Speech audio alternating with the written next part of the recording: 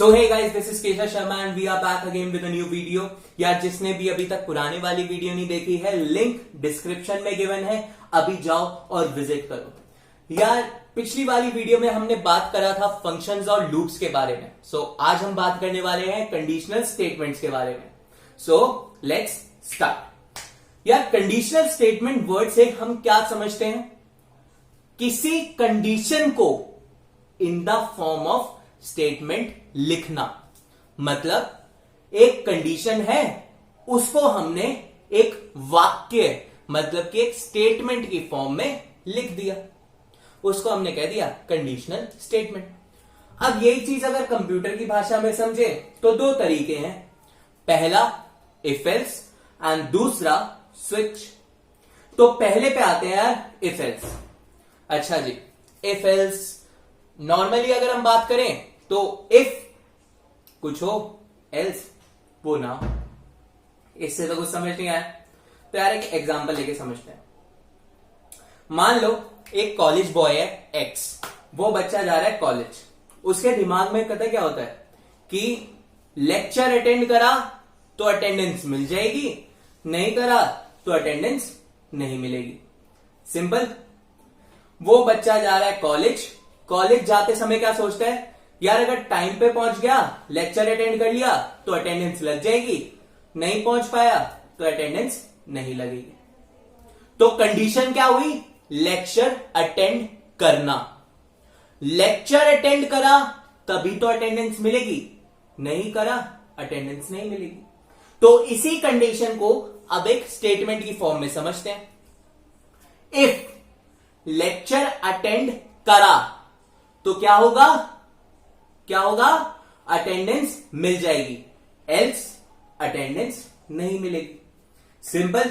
If else का मतलब समझ आया कि कोई एक कंडीशन है, इफ वो कंडीशन सेटिस्फाई हुई तो वो काम हो जाएगा, वरना वो काम नहीं होगा। सिंपल। तो यार ये था इफ एल्स। अब चलते हैं स्विच पे। इफ एल्स और स्विच का काम तो सेम होता है, बट स्विच का थोड़ा सा वर्किंग प्रोसीजर डिफरेंट होता है। अब वो समझते हैं कैसे कि यार इफ में सिर्फ आप एक ही केस ले सकते हो। वो क्या कि कॉलेज गया, कॉलेज में उसने लेक्चर्स अटेंड करे, उसकी अटेंडेंस लग गई, और अगर नहीं करता लेक्चर्स अटेंड तो उसकी अटेंडेंस नहीं लगती। खत्म सिनेरियो इफ एल्स का। वहीं स्विच के लिए एक केस लेते हैं, मतलब कि एक एग्जांपल लेते हैं। वही कॉलेज वाले बच्चे का, ठीक है, कॉलेज जा रहा है फुल माइंडसेट के साथ में कि आज तो सारे के सारे लेक्चर्स अटेंड करूंगा, तीनों के तीनों। ठीक है जी। केस 1 पहला लेक्चर अटेंड करा, अटेंडेंस ली। केस 2 दूसरा लेक्चर अटेंड करा, अटेंडेंस ली। केस 3 तीसरा लेक्चर अटेंड करा, अटेंडेंस ली। केस 4 तीनों के तीनों लेक्चर्स अटेंड करे उसने, अटेंडेंस ले ली। केस 5 जो वो कभी नहीं चाहता था कि तीनों के तीनों लेक्चर्स उसने अटेंड नहीं करे, और तीनों में से किसी में भी उसकी अटेंडेंस नहीं थी। अब यार सबको पता ही है कि कॉलेज का एक रूल होता है कि अगर आप जा रहे हो, या फिर स्कूल में भी, कि अगर आपने सारे लेक्चर्स में से या फिर सारे पीरियड्स में से एक भी लेक्चर मिस करा तो चलता है, क्योंकि आपने बाकी अटेंड करे, तो आपके घर फोन नहीं करते। पर आजकल कॉलेज क्या करने लगे हैं, या फिर स्कूल भी, कि अगर आप सारे के सारे लेक्चर्स में गायब रहोगे तो आपके मम्मी पापा को फोन कर दिया जाता है कि आपका बच्चा स्कूल या कॉलेज में नहीं है।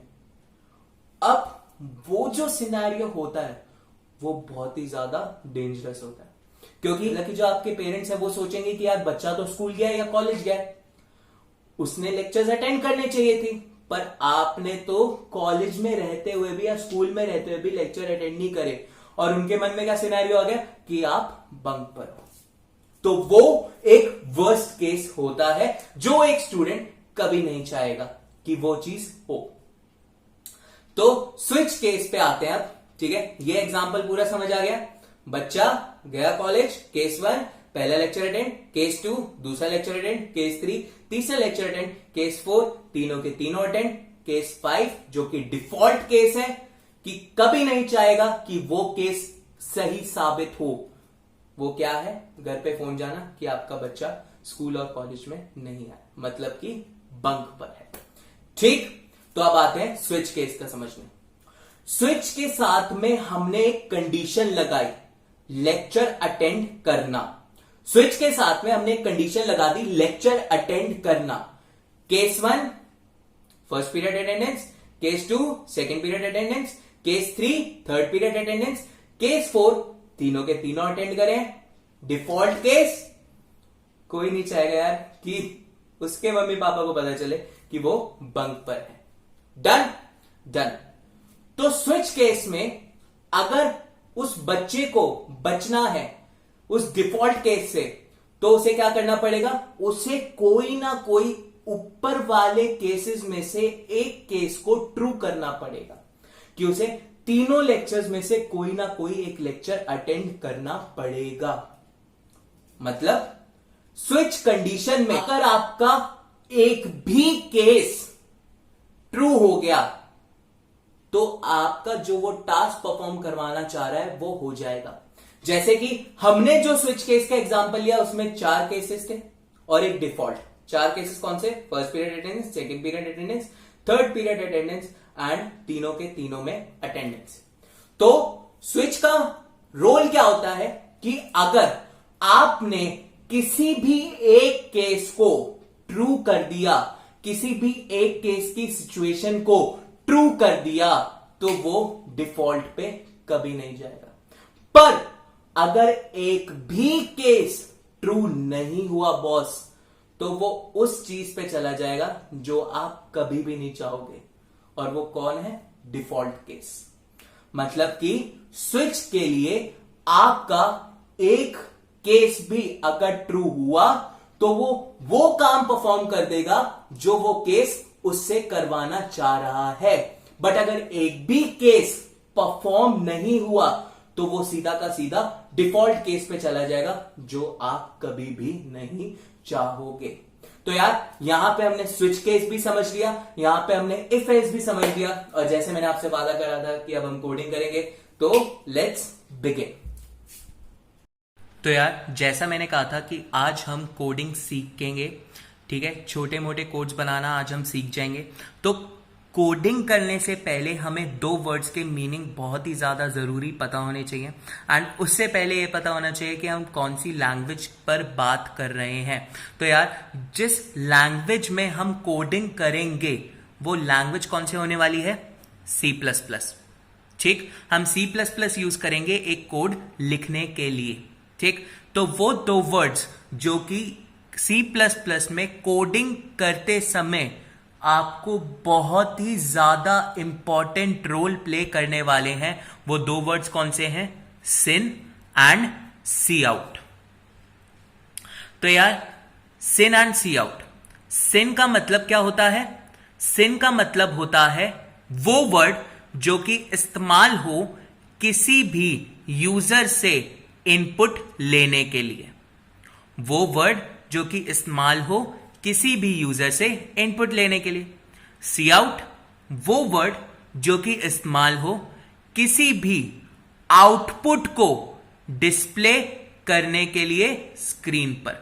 मतलब कि हमने कोड लिखा, हमने प्रोग्राम लिखा, वो प्रोग्राम रन हुआ, रन होने के बाद में उस प्रोग्राम का कुछ आउटपुट आया होगा, वो आउटपुट को डिस्प्ले स्क्रीन पे दिखाने के लिए हमें सी आउट की मदद चाहिए होती है। ठीक, अब यार इनके सिंटेक्स की बात करते हैं। सिंटेक्स का मतलब होता है इन्हें लिखने का तरीका, मतलब कि आप जब कोडिंग करते हो तो इन्हें कैसे लिखा जाता है कंप्यूटर की भाषा। सिन, उसके बाद में हमें वेरिएबल नेम लिखना है, वो वेरिएबल का नाम जिसमें हम यूजर से वैल्यू चाहते हैं। ठीक, एंड फिर सेमीकोलन लगाना है।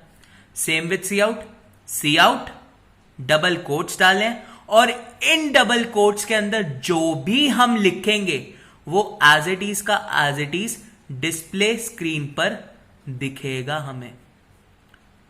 वो एज इट इज का एज इट इज हमें कहां दिखेगा? डिस्प्ले स्क्रीन पर हमें दिखेगा।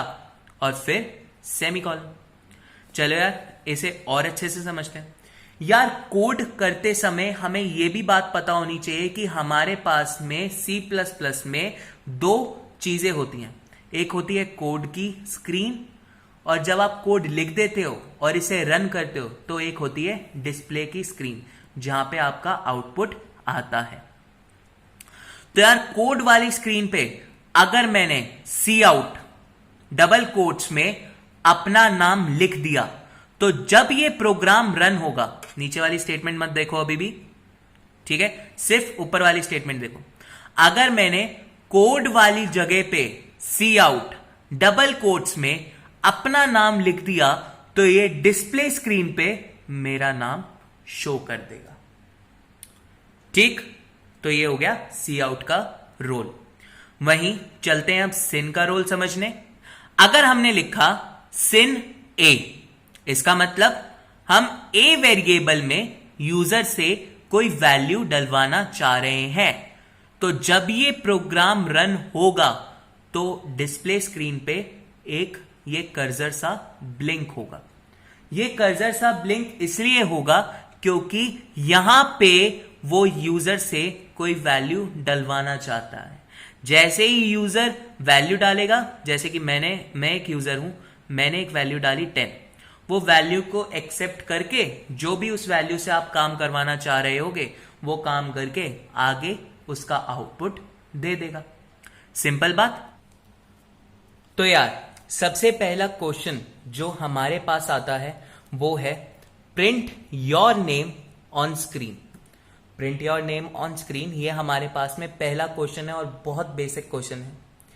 यार सबसे पहले तो हमें ये दो लाइनें लिखनी है अभी कोडिंग करते समय। ये दोनों हेडर फाइल्स होती हैं।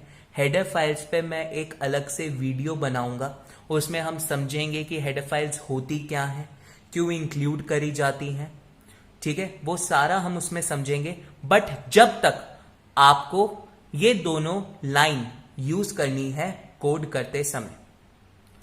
फिर वॉइड मेन, जैसा कि हमने पढ़ा था कि वॉइड मेन क्या दिखाता है? शुरुआत और ending of a code. Done done. शुरुआत का ब्रैकेट, बिल्कुल ठीक बात। क्वेश्चन क्या था? Print your name on screen. कुछ भी स्क्रीन पे दिखाने के लिए हमें क्या यूज करना होता है? Cout, ठीक, डबल कोट्स, और क्या कह रहे हैं? प्रिंट के लिए हमने Cout यूज करा। नेम मेरा तो भैया केशव है, डबल कोट्स में मैंने अपना नाम डाला और कॉलन लगा दिया। सिंटेक्स हमने अभी पीछे देखा था, Cout डबल कोट्स, कोई भी आप स्टेटमेंट लिखोगे एज इट इज की एज इट इज आपको डिस्प्ले स्क्रीन पे मिल जाएगी। यहां पे बोल रहा है प्रिंट योर नेम, तो मैंने अपना नेम लिखा। उसके बाद में हमें लिखना है गेट ch। गेट ch क्या करता है? ये स्क्रीन को होल्ड करता है। मतलब जैसे ही आपका प्रोग्राम रन होगा, एक सेकंड के लिए आपको अपना नाम स्क्रीन पे दिखेगा, फिर वो नाम गायब हो जाएगा। तो आपको अपना नाम स्क्रीन पर ज्यादा टाइम के लिए दिखे, इसलिए हम गेट ch लगाते हैं, क्योंकि ये क्या करता है? ये डिस्प्ले स्क्रीन को होल्ड करके रखता है।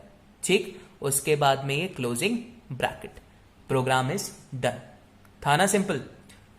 आउटपुट पे आए, डिस्प्ले स्क्रीन के ऊपर क्या आया? केशव। और हम चाहते क्या थे? अपना नाम, तो ये रहा मेरा नाम। तो मतलब कि हमारा कोड बिल्कुल सही बना है। डन। तो यार अब हमारा नेक्स्ट क्वेश्चन है ऐड टू नंबर्स का। ठीक, तो इसको समझते हैं। मैंने आपको क्या कहा था कि पहले की दोनों लाइनें सेम, यहां पे भी iostream.h, यहां पे भी iostream.h, conio.h, conio.h, void main, void main, यहां तक तो दोनों के दोनों सेम है यार। मतलब कि एक तरीके से हम आज दो कोड बनाने सीख जाएंगे यार। कितना बढ़िया चीज है ना। तो स्टार्ट करते हैं। यहां पे भी क्लोज ओपनिंग ब्रैकेट, यहां पे भी ओपनिंग ब्रैकेट। अब आ जाओ यहां पे, ये कह रहा है ऐड टू नंबर्स, मतलब कि दो नंबर्स। इसका मतलब क्या हुआ? दो वैल्यूज। दो वैल्यूज को स्टोर करने के लिए दो वेरिएबल्स, इसलिए ए एंड बी। जब दोनों वैल्यूज को ऐड करेंगे तो एक और वैल्यू बनेगी, उस वैल्यू को स्टोर करने के लिए तीसरा वेरिएबल। और तीनों कौन से टाइप के हैं? इंटीजर टाइप के। तो यहां पे हो गया हमारे पास में वेरिएबल डिक्लेयर। तो आ जाओ जी आगे देखते हैं। सिन ए मतलब कि फर्स्ट वैल्यू को यूजर से मांगा। सिन बी फर्स्ट वैल्यू को हमने यूजर से मांगा सिन ए से, सेकंड वैल्यू को हमने यूजर से मांगा सिन बी से। फिर सिंपल जैसे मैथ्स में लिखते हैं, sum equal to a plus b, c out, sum दिखाना है, हाँ जी सम, गेट सी एच, हो गया काम। अच्छा जी, अब यहां पे एक ट्विस्ट है। अब बॉस इसका डिस्प्ले स्क्रीन पर आउटपुट क्या आएगा ये बताओ आप लोग सोच के। डिस्प्ले स्क्रीन पर इसका आउटपुट क्या आएगा आप ये बताओ मेरे को सोच के। मैक्सिमम बच्चे आप में से ये जवाब जो है वो गलत देने वाले हैं, ठीक। आप में से मैक्सिमम बच्चे जवाब देंगे ये कि सर मान लो ए वैल्यू में हमने 14 डाला, बी वैल्यू में यूजर ने 13 डाला, तो सम में हमारे पास में वैल्यू क्या हो गई? 14 प्लस 13 कितना हो गया? 27। तो हमारे पास में आउटपुट स्क्रीन पे क्या आने वाला है? 27। ये आप में से मैक्सिमम बच्चों का आंसर होगा, यस या नो? बट बॉस अभी मैंने पीछे डिस्कस करा कि सी आउट में डबल कोट्स के अंदर जो भी लिखोगे, कुछ भी लिखो, वो एज इट इज का as it is display screen पे दिखता है। ये डिस्प्ले स्क्रीन पे दिखता है एज इट इज का as it is. Cout में हमने डबल कोट्स के अंदर क्या लिखा हुआ है? सम। तो एज इट इज का एज इट इज ये आउटपुट हो जाएगा गलत और हमें डिस्प्ले स्क्रीन पे दिखेगा क्या?